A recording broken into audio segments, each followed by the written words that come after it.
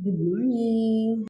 Ayan at dahil nakapag-harvest si Jacob ng patola kahapon, natin naman itong gugulayin. Gugulayin nga natin ito ng giniling at saka ng sotanghon. Hindi ko nga alam na nag-harvest ito si Jacob nagulat na nga lang ako.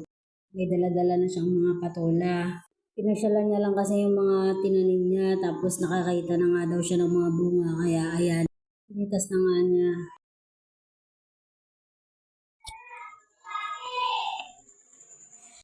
Kanina hiniwa ko na to.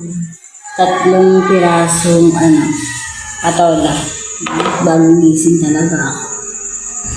Pahinga muna tayo kanina. So ayan, gugulayin natin. At ayan nga, ginigisa ko na nga dito yung mga ginayat ko mga patola.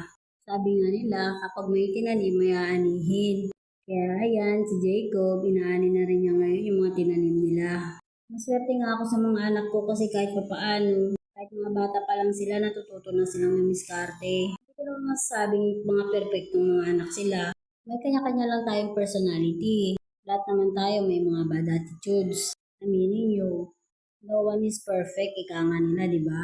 Yung pinagpapasalamat ko lang sa Diyos, kahit papaano, sa mga ganyang edad nila, marunong na silang lumiskarte, na-adaptin nila kahit papaano yung mga tinuturo namin sa kanila.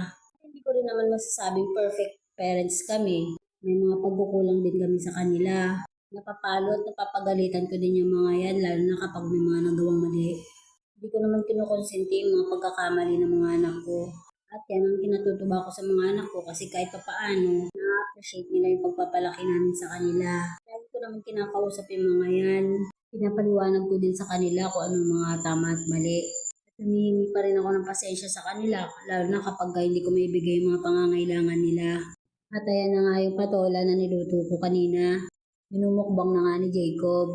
Please follow, like, and share na rin ang page nila, Jacob and Raven Mukbang. Maraming salamat po! Nakakatuwa nga lang din ang batang ito kasi maganang-maganang kumain. Kahit gulay nga lang ang ihain mo dyan, okay na yan eh. Basta ang mahalaga sa kanya, kanin is life. Minsan tinitipid pa niya yung ulam niya. At nakakaapat pa nga ng plato ng kanin kapag hindi ko napansin.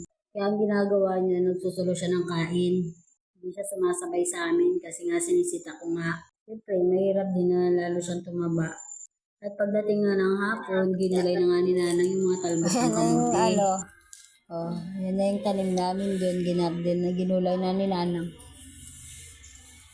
At ayan na nga yung talbos ng kamote, niluto na nga ni Nanang at sinahugan ng sardinas. At nakalibre na naman tayo ng ulam. At yun lang po, bye-bye!